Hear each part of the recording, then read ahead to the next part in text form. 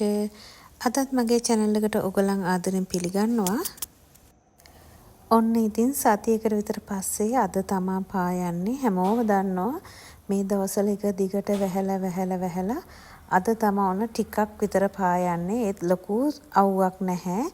ඒත් රෙදි ටික වේල ගන්න ඕනේ කියලා මම හිතුවා. දැන් සතියක විතර රෙදි හොදලා ඇතුලේ එකතු කරලා තිබිලා අද තමයි එළියට දාලා වේල ගන්න. මේක මට විතරක් නෙවෙයි හැමෝටම තියෙන ප්‍රශ්නයක් වෙන්න ඇති. අවුව ආපු ගමන් කරන්නේ අපි ගෙදර වේලන්න තියෙන දේවල් එළියට දාලා වේල ගන්න එක. ඊළඟට මම කරේ කුස්සිය පැත්තේ තියෙන බැල්කනිය අතු ගාගත්ත එක.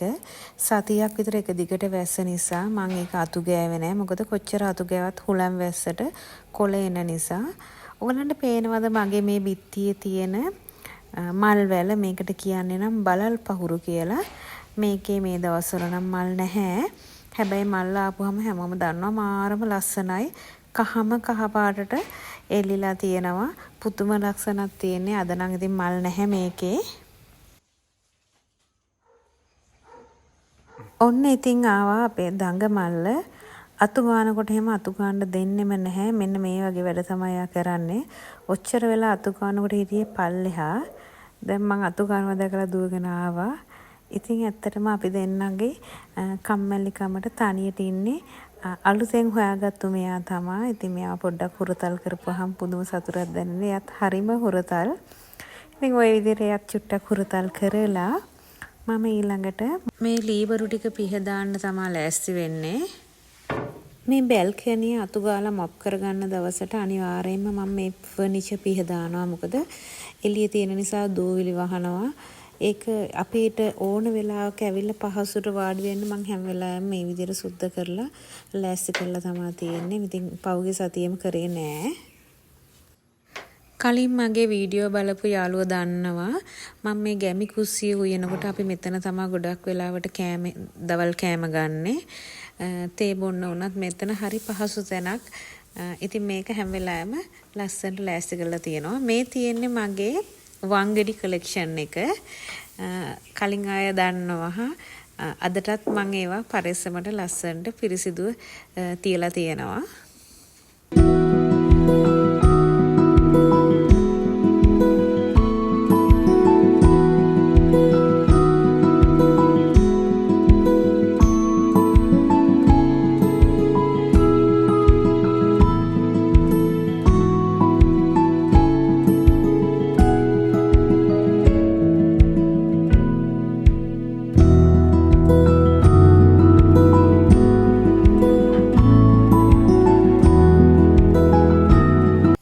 කුෂන් මම වේලෙන්ට දාලා තිබ්බේ. මොකද වැස දවස්වල පින්න ඇවිල්ලා යන්තම් සීතලයි වගේ තිබ්බා.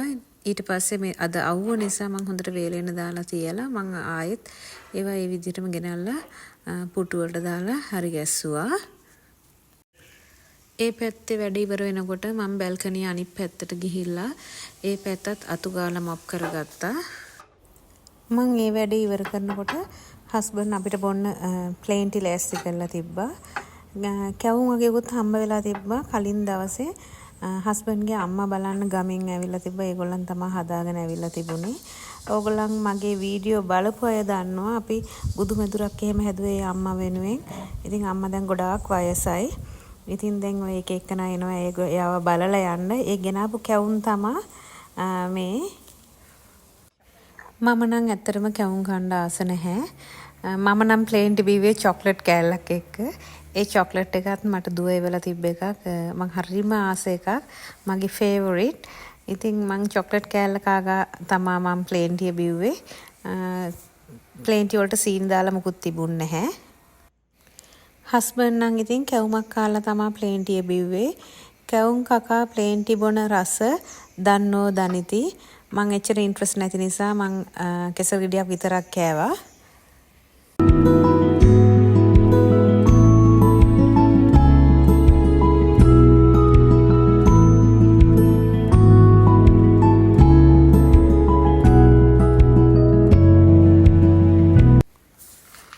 තේ බීලා ඉවර වෙලා මට මෙන්න මේ වගේ මල් පැලයක් හදාගන්න උවමලා වෙලා තිබුණා.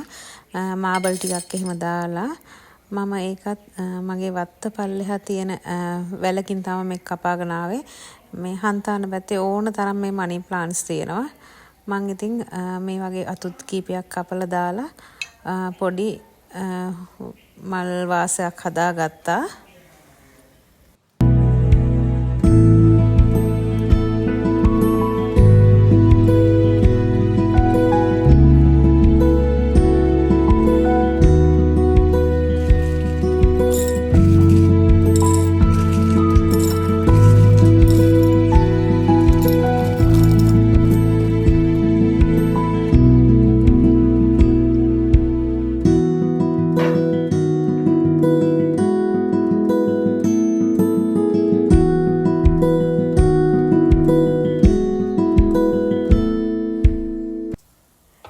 මේ මන් දැන් ලෑස්ති වෙන්නේ අද රෑ කෑමට පූරි ටිකක් හදාගන්න. හස්බන්ඩ්ගේ යාළුවෙකුත් එනවා කියලා කිව්වා. මම ඇත්තටම පළවෙනි වතාවට තමයි මේ පූරි හදන්නේ. මම ගත්තේ ප්‍රීමා එකේ ආටා පිටි එක. ආටා පිටි ග්‍රෑම් 500කට රුලන් ග්‍රෑම් 50ක් දැම්මා. ඊළඟට ලුණු තේ හැඳි 2ක් දැම්මා. දාලා මේ විදිහට හොඳට මික්ස් කරගත්තා.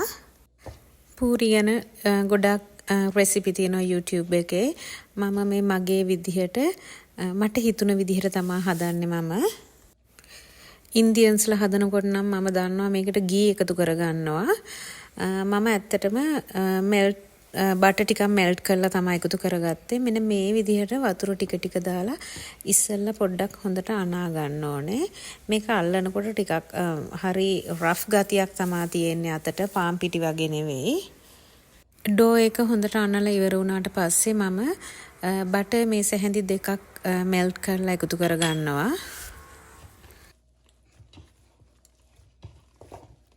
බටර් ටික එකතු කරලා තවත් හොඳට ටිකක් මේ ඩෝ එක නීට් කරගන්න ඕනේ. මම ගත්තේ සාමාන්‍ය වතුර, උණු වතුරත් නෙවෙයි, ඇල් වතුරත් නෙවෙයි, සාමාන්‍ය වතුර තමයි මේකට ගත්තේ අනන්න. ඊට පස්සේ හොඳට තෙල් ටිකක් උඩ වටේ තවරලා මේක ක්ලීන් රැප් එකකින් වහලා නැත්නම් ටී ටවල් එකකින් හරි කමන්නේ වහලා මේක විනාඩි 15ක් විතර තියලා තියන්න ඕනේ.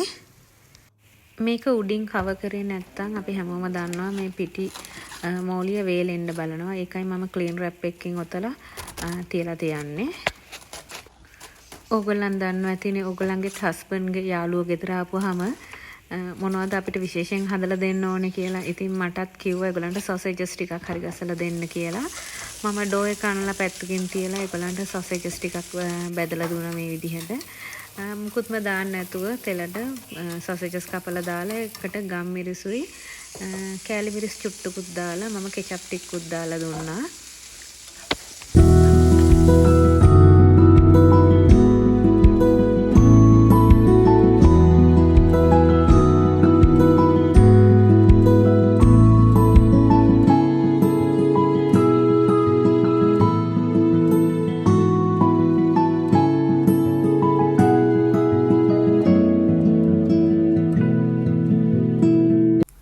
ඊළඟට මම ලෑස්ති වුණේ අල මසාලක හදන්න. මේ වගේ භාජනයක් ලිපේ තියලා මේකට තෙල් මේසෙ හැඳි 3ක් විතර මම එකතු කරගත්තා. ඊළඟට අබ තේ හැන්දයි සූදුරු වලින් තේ හැන්දකුයි කඩල පරිප්පු මේසෙ හැඳි 2කුයි තෙල් හොඳට රත් වුණාට පස්සේ එකතු කරගන්නවා. කඩල පරිප්පු ටික හොඳට රන්වන් පාට වෙනකොට මම ඒකට එකතු කරගන්නවා වියලි මිරිස් කරල් 4-5ක් පොඩිවට කපලා. අපේ ගෙදර ඉතින් සැර කන්න බැරි පොඩි අය නැති නිසා මම ටිකක් මේක සැරට හදාගන්න කියලා හිතලා තමයි එකතු කරගත්තේ.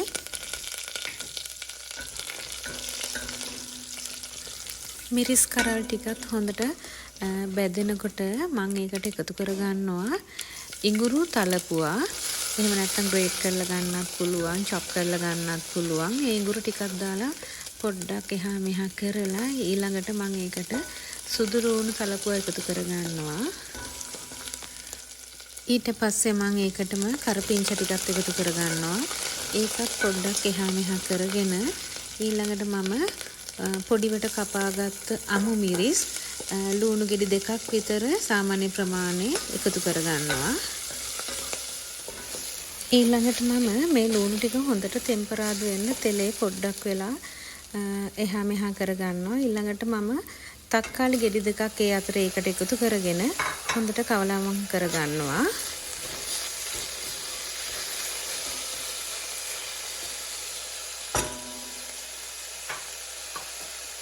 ඊළඟට අවශ්‍ය පමණට කහයි ලුණු එකතු කරගන්නවා.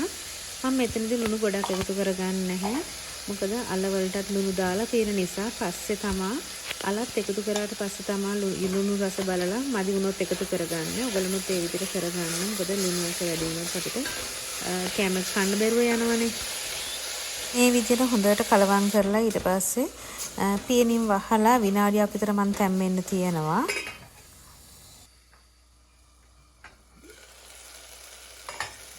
දැන් මම මේකට වතුර කෝප්පයක් එකතු කරනවා.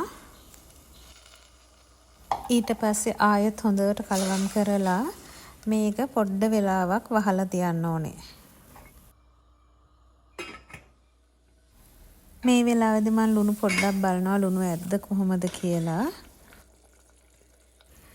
මට හිතුණා මේ වෙලාවේ සැර මදි කියලා ටිකක්. ඊට පස්සේ මම මිරිස් කුඩු තේ හැඳි කාලකුයි තව ලුණු පොඩ්ඩකුයි එකතු කරගන්නවා. ඊළඟට මම කරේ තඹපු අල්ල ටික මේකට එකතු කරගන්න එක. අල්ල ටිකත් හොඳට මෙන්න මේ විදිහට පොඩි කරගන්න ඕනේ. මොකද අල කැට වගේ තියලා තියෙන්නේ අපි අර මෑෂ් කරපු අල. දැන් ඊට පස්සේ මට හිතුණා තව වතුර ටිකක් දාන්න ඕනේ කියලා මම තව වතුර කෝප්ප කාලක් ඒකට එකතු කරගත්තා. මේ වෙනකොට මම මේකට වතුර කෝප්ප 1යි කාලක් එකතු කරගෙන තියෙනවා. සමහර විට ගන්න අල ප්‍රමාණය මත ලුණු තක්කාලි වැඩි වෙන ප්‍රමාණය මත වතුර එකතු කරගන්න වෙනවා. දැන් මෙන්න විනාඩියක විතර පස්සේ බලනකොට මෙන්න මේ විදිහට තමා තිබුණේ. ඊට පස්සේ මම කරේ කඩල පිටි මේස හැඳි දෙකක් වතුරට දිය කරලා ඒකට එකතු කරගත්ත එක. දැන් අපිට හොඳ උකු අල මසාලා එකක් තමයි ඇවිල්ලා තියෙන්නේ. හරිම සුවඳක් එනවා. රසත් ඒ වගේම ඇති කියලා මං හිතනවා.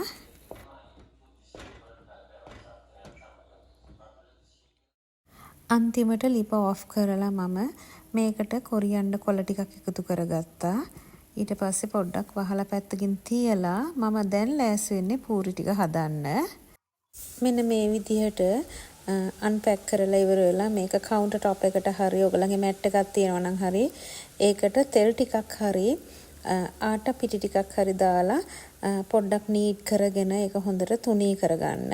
මම ඒක විනාඩි 5ක් විතර හොඳට නීට් කරගත්තා. ඊට පස්සේ මම මේක දිගට රෝලක් වගේ හදාගෙන ඉවරලා පොඩි බෝල වලට තමයි හදාගත්තේ.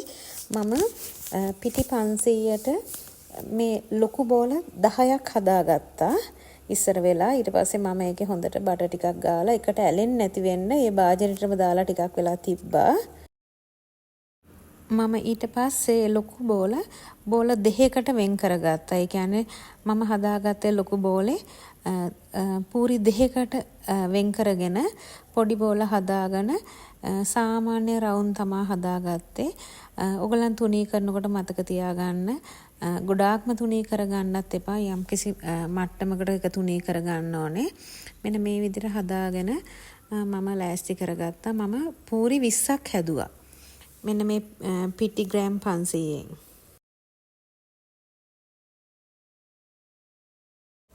ඉස්සෙල්ලම් පූරි ටික හදලා තියාගත්තට පස්සේ මම බදින්න තමයි ලෑස්ති වෙන්නේ. තෙල් ගොඩාක් හැබැයි මේකට ඕන වෙන නිසා මම පොඩි භාජනයක් තමා ගත්තේ. එතකොට තෙල් ගොඩාක් දාන්න අවශ්‍ය නැති නිසා මෙන්න මේ විදිහට දාලා ඉතින් බදින්න ගත්තා. මේක ටිකක් වෙලා තියෙනකොට අපි හැන්දෙන් පොඩ්ඩක් උඩ පැත්තට තට්ටු කරන්න ඕනේ. එතකොට තමයි මේක පිම්බිලා එන්නේ. මේක මගේ පළවෙනිම පූරි එක නිසා මෙන්න මේ විදිහට තමයි තිබුණේ. හැබැයි මට අනික් වීඩියෝස් මං ගත්තේ නෑ අනික් පූරි හදපුවා. ඒවා හොඳට පිපිලා ආවා. වීඩියෝ ගොඩාක් දිග වෙන නිසා මං ඒවා රෙකෝඩ්ස් කරෙත් නැහැ. මෙන්න මේ විදිහට තමයි පූරි ටික හදාගත්තේ. මේ පේනවාද ඔයගලන්ට මම ටේබල් එකට සේව් කරපු ප්ලේට් එකේ තියෙන පූරි හොඳටම පිම්බිලා ඇවිල්ලා තියෙනවා පපඩම් වගේ.